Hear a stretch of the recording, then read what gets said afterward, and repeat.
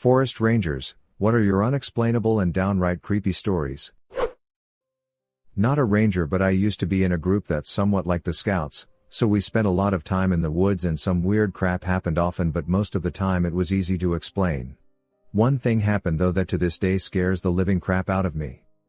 I was a leader for the age group 8 to 10 years old and we were out on a camping trip. It was the first year we stayed on that terrain and it was huge. Normally we tend to explore the majority of a terrain before the kids arrive, so we were aware of any possible dangerous spots to avoid. This time it was impossible. Every camp we have what we call a night game. It's usually a scary game in which the kids have to complete several tasks, while the leaders scare the ever-loving crap out of them.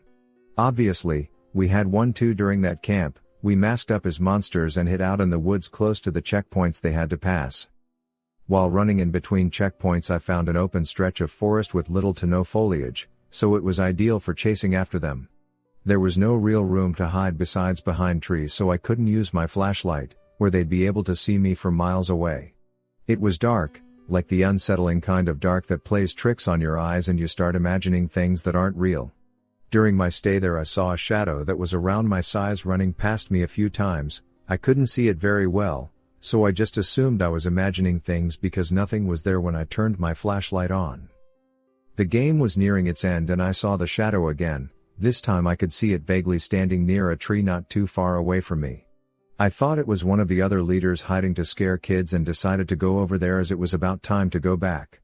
I aimed my flashlight towards the tree, and while getting closer I noticed that there was indeed someone standing there, dressed in what looked like a torn burlap sack and had their head covered with a few white plastic bags that looked like they were tied together. I started to feel pure dread. Something felt really off. I asked if everything was okay but they didn't respond. The only thing I heard was this weird sound that sounded like someone knocking on wood.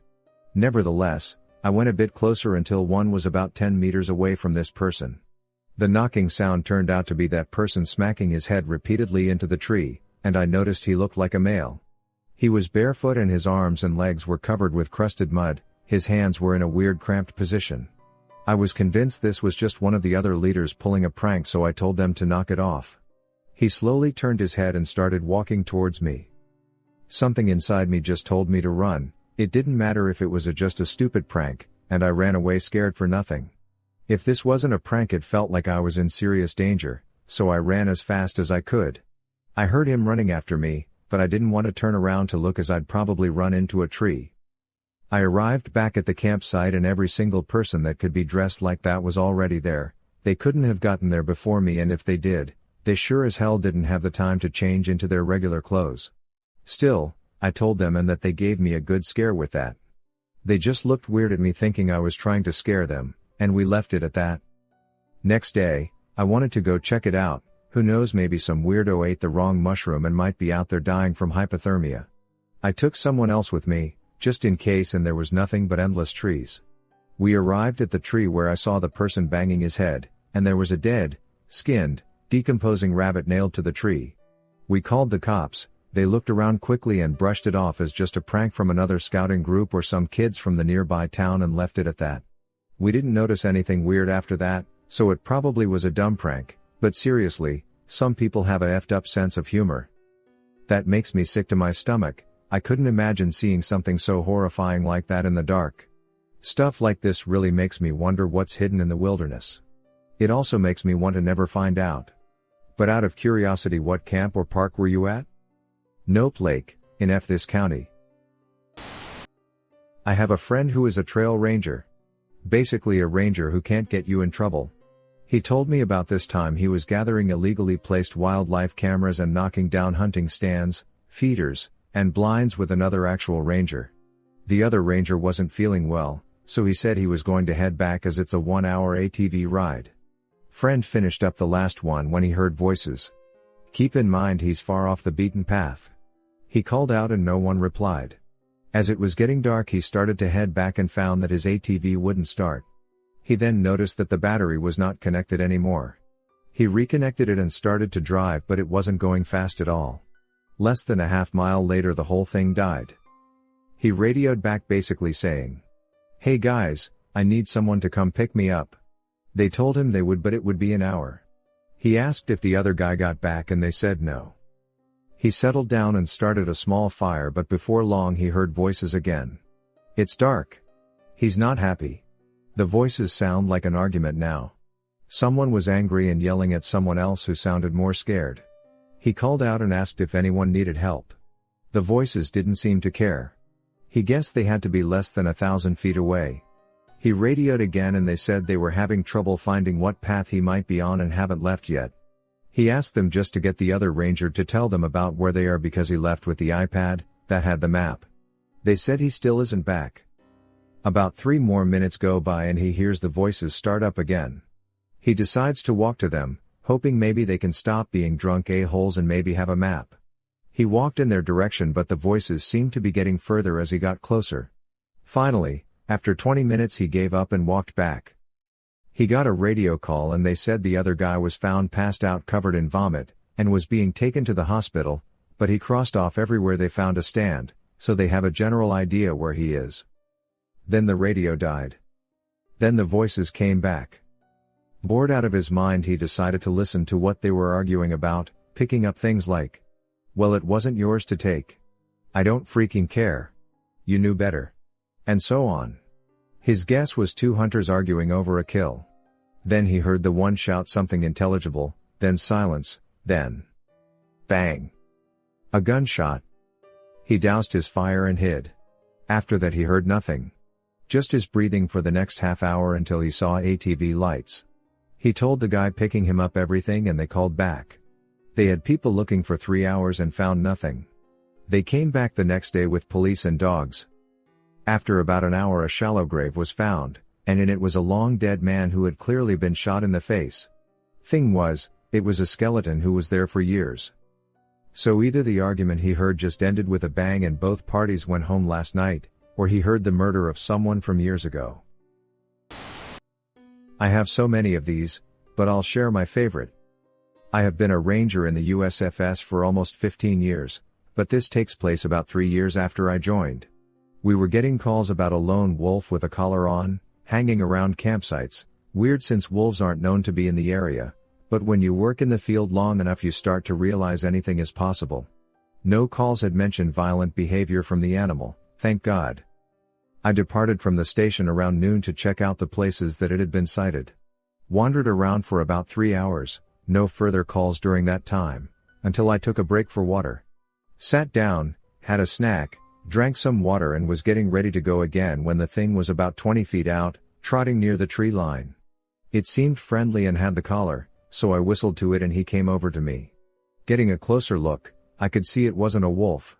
It was huge, but it was dark and didn't have the right body structure, though I could see why it'd be confusing from a distance. I radioed in and reported that I had the dog with me, but as soon as I said I'd bring it in, the dog effing took off. Like he was playing, to see how far he could get me to chase him. Typical dog behavior. I went after it, and I swear it was a game of chase for at least 5 minutes as we steadily ran through the forest. Please don't go running through woods unless you know the area like the back of your hand. The dog finally slowed down near a rock bed/creek area and started pacing around a spot.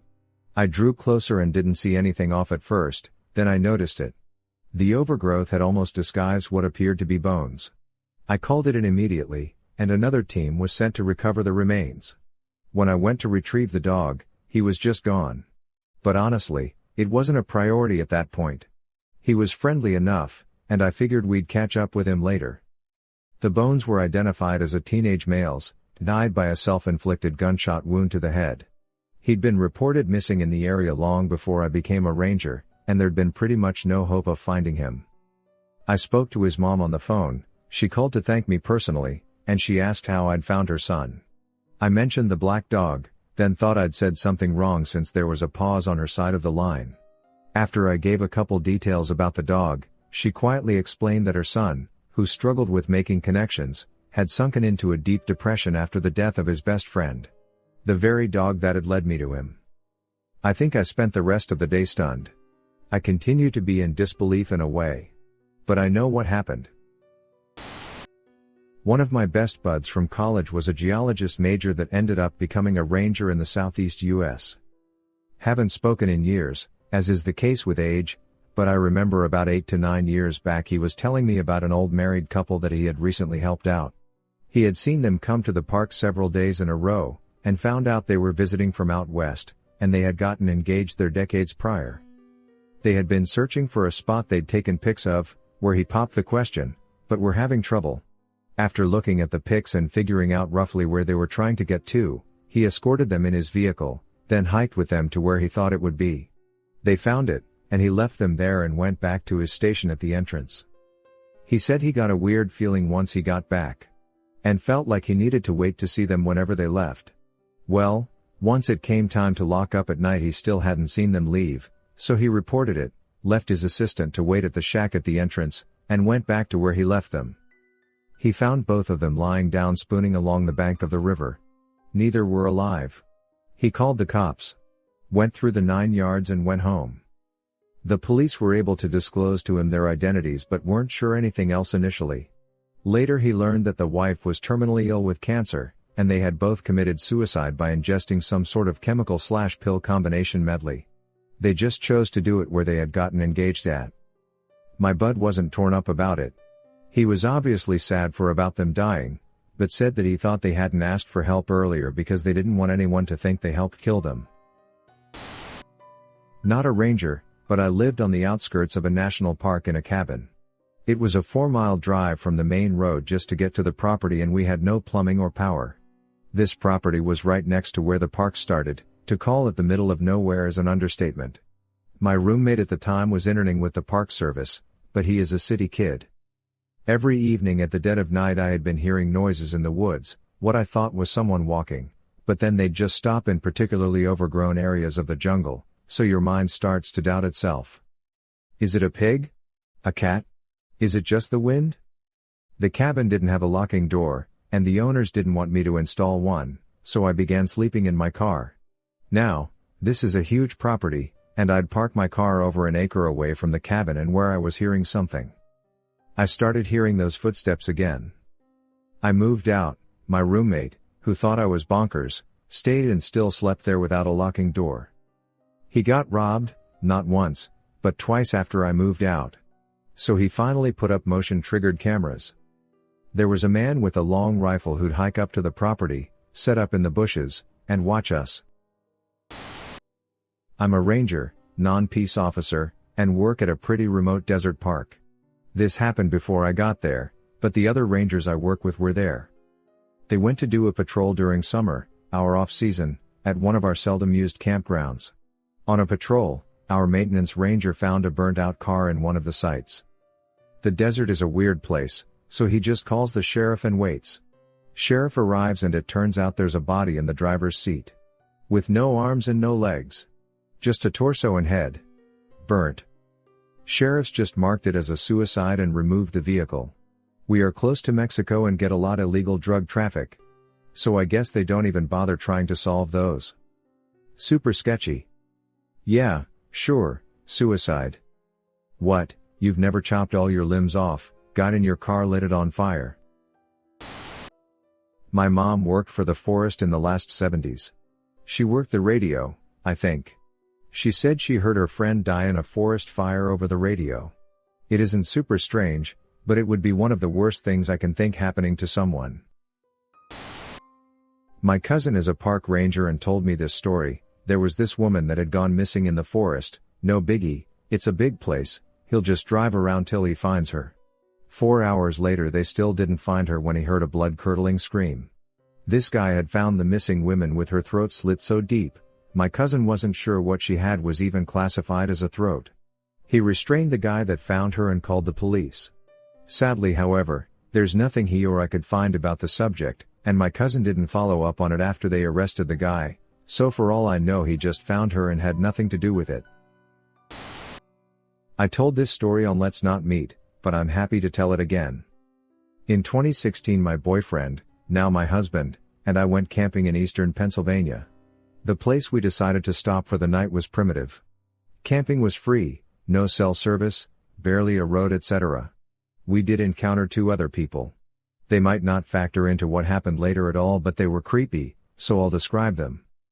The first was a woman who had her truck off to the side of the road a little as we drove past. She had the hood open and seemed to be waiting for someone to stop and offer to help. Usually my boyfriend had no problem helping someone, but he said his time something about her put him off. She didn't really seem like she needed help, and usually people who need help look at you hopefully as you approach. She looked like she just expected we would stop. That's what my boyfriend said anyway. I hadn't really noticed anything that strange about her. The next person came when we had chosen a spot and were setting up a fire for hot dogs. I had noticed people drive by a few times, but my boyfriend pointed out each time was the same car, and the man in the car watched us each time he passed. My boyfriend was a little uneasy about this, but we had driven around for a while before finding a place we liked. It had been raining and everything was muddy, and we wanted the driest site possible. He could have been doing the same thing. We briefly thought about moving, but the road was muddy too. If he wanted to find us, all he had to do was follow the tracks. There were some other tracks but not many. He'd only have to backtrack a little to locate us again. He didn't come by another time, so we stayed and spent the several remaining hours before dark goofing off. No one else drove by. Whether or not those two had anything else to do with our experience, the real fear came later. We had gone to sleep in our tent, and sometime around 3 a.m. we were awoken by this very loud noise. I can't describe it very well or even remember exactly what it sounded like, but my boyfriend said it reminded him of a chain gun ruining up. It was also similar to how it would sound if someone recorded a shovel being dragged over gravel and played it over a loudspeaker, is another way he described it. He jumped up and looked out the little window but couldn't really see anything. The sound repeated itself another few times. I was too scared to speak, so my boyfriend whispered that it was probably miles off, and I should go back to sleep. I didn't question this, as I figured loud sounds could be easily heard miles off. After we left, he told me it sounded like it had actually been coming from just down the road, but he didn't want to freak me out. Looking back, I probably should have wondered why he would bother to whisper, if apparently the sound was far off. I was still terrified. Every little thing I heard outside sounded like someone was walking around the tent.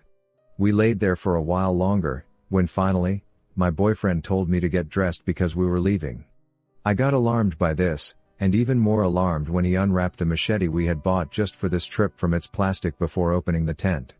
We quickly packed up and loaded the car. I looked around for footprints that weren't our own, but despite the moon providing plenty of light, I couldn't really see. I did point out something my boyfriend hadn't noticed though before we got into the car. There was a beer can by our dead fire that hasn't been there before. We didn't even bring beer. While we were driving away, my boyfriend explained that he was nervous someone might have been trying to lure us out, so he didn't think it was a good idea to run from the tent right away. He also half expected to find our gas tank had been siphoned out, but that wouldn't have stopped us because we had a hybrid car. We joked that that would make a funny hybrid commercial. Number of brutal murders avoided by driving a hybrid. 2. We only joked because we were about crapping ourselves from fear and adrenaline even then. The rest of our trip we only stayed in well-populated campsites or got a hotel. Traditionally, not a ranger, but my story is the exact reverse of the others here. When I was in the Scouts, or rather the local equivalent, legally adult Scouts had to do the 3-feather challenge. 1 day without food, 1 day without speaking, and 1 day and night alone in the woods with only a knife and a tarp, unseen by any human. After which one has to sneak back to the Scout camp unnoticed by the sentries, and report to the camp master. It was my 3rd day. So I took off, walked for miles through the woods and found the most remote spot in the wildest, most overgrown part of the woods. Spent a spooky but uneventful night until almost before dawn, when I decided to go for a morning swim in the lake right before taking off to go back. I stripped nude and went towards the lake but noticed a group of guys fishing, so decided to go back. Suddenly, the ground underneath my feet caved in, and I found myself submerged up to my armpits in the absolute vilest mass I have ever smelled. It was a pit where poacher dumped the guts and leftovers of illegally hunted deer, and it fermented for weeks. Imagine the scene. A group of anglers hear some ungodly screaming from the direction of the woods and run there to see if someone needs help. What they see is a teenager-shaped ghoul, covered completely in blood and rotten offal, who is crawling out of a bloody hole in the ground, while shrieking and weeping, then runs at them, to get to the lake and wash off. LOL. Did they run? I'm not sure, as my eyes were smeared with rotten guts and blood, but I remember they started screaming too, and at least one of them fell butt backwards in the bushes. To their credit, when they calmed down, They found me by the lake and gave me some soap to help me wash off the stink.